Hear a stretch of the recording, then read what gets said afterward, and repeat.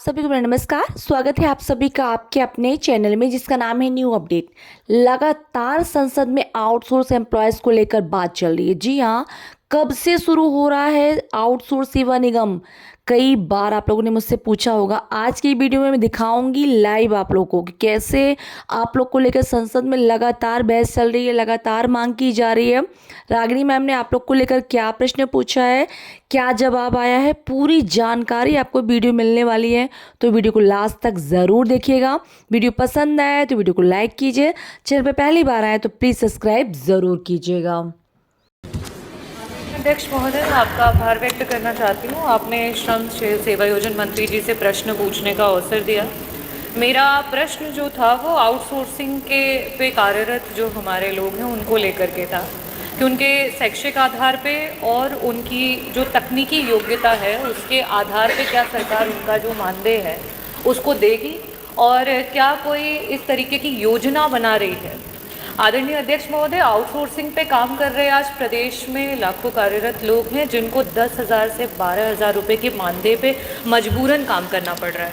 साथ ही साथ उन लोगों के काम का जो समय है वो भी कोई निर्धारित नहीं होता है। उनका जो एनवायरनमेंट है और ख़ास करके जो महिलाएं हैं जो कर्मचारी आउटसोर्सिंग पे है उनका कहीं ना कहीं प्रत्येक दिन शोषण हो रहा है। टेंडर कंपनियां जो हैं उनके साथ जो है करप्शन करके उनका आए दिन शोषण कर रही है। और इसी वजह से, क्योंकि ये आउटसोर्सिंग कर्मचारी अस्थायी हैं, 3 साल के बाद उनका कोई ठिकाना सरकार नहीं दे रही है और इसकी वजह से उनके भी माध्यम से करप्शन जो है वो धीरे धीरे बढ़ता ही चला जा रहा है।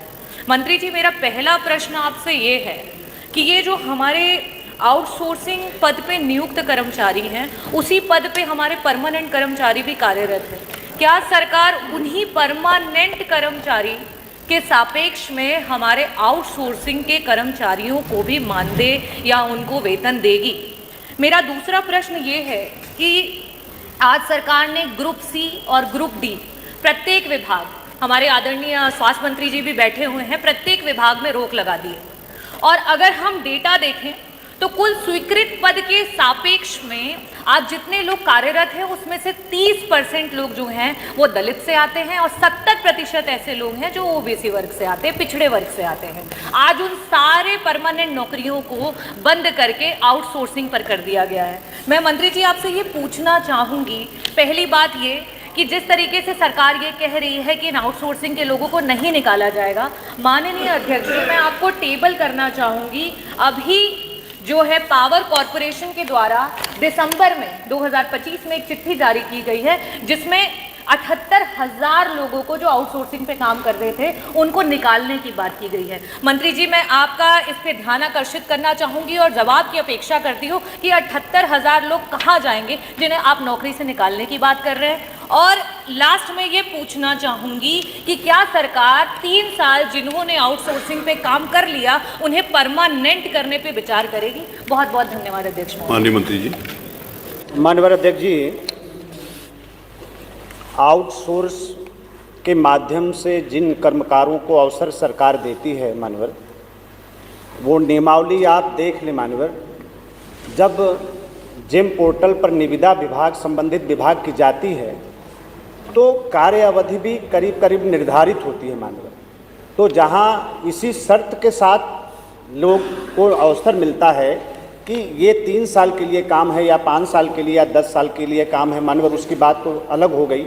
लेकिन माननीय उच्चतम न्यायालय के भी आदेश है मानवर, सरकार की भी मंशा है कि आउटसोर्स के माध्यम से जिनको भी मौका मिला है उनको हम नहीं निकालेंगे। कंपनियां बदल सकती हैं लेकिन कर्मचारी नहीं बदले जाएंगे, उनको नहीं हटाया जाएगा।